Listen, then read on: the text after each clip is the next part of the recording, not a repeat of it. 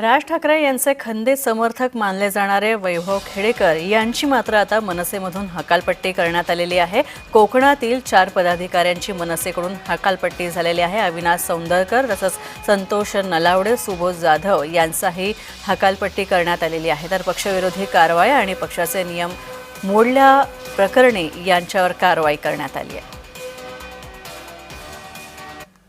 पक्षातनं आम्हाला बडतर्फ केलेला आहे। आम्ही राजकीय जीवनामध्ये आणि सामाजिक जीवनामध्ये वावरणारी सगळी मंडळी आहोत। त्यामुळे आम्ही घेतलेल्या हातातले शिवधनुष्य आम्ही एका अर्धवट या ठिकाणी ठेवणार नाही।